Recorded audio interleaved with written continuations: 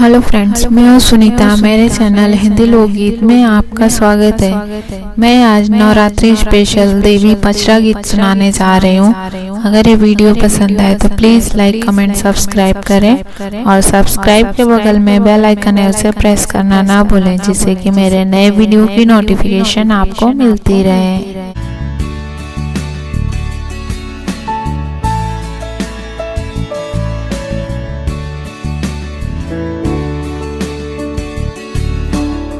लाले लाले फुलवा माई लाल की चुनरिया होल के हम आइली माई तुहरे दुआरिया हो।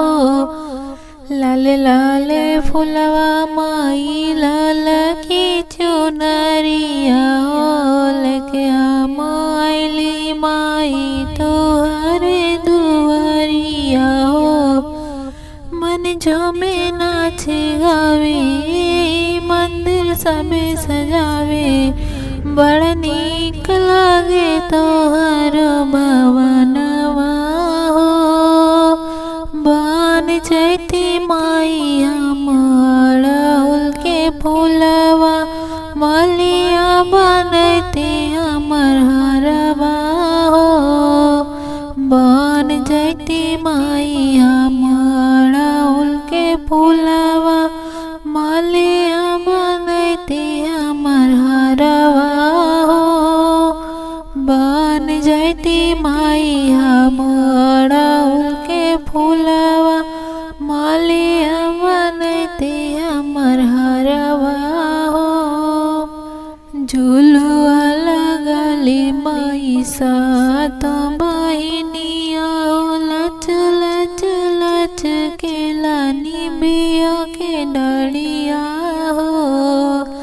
झुलुआ लगली माई सात बहिनिया, लच लच लच के लानी बिया के डरिया हो।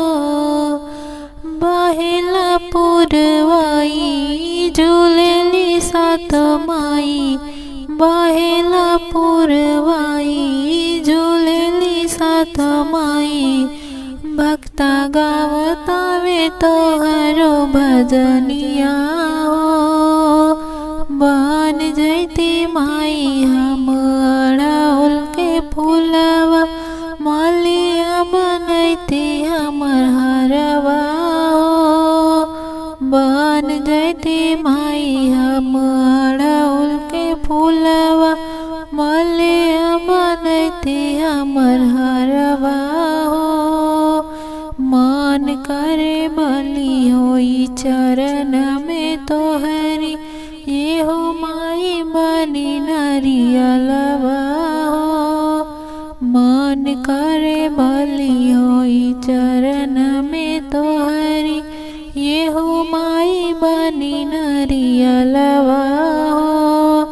बोरे बोरे धोती माई पौआ के तोहरे, ये हो माई बनी गंगा जलवा हो।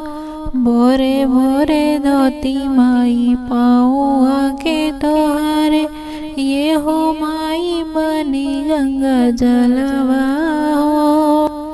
आज के में दर्शन पाके मन गदगद होई फुला के, आज के में दर्शन पाके मन गदगद होई फुला के।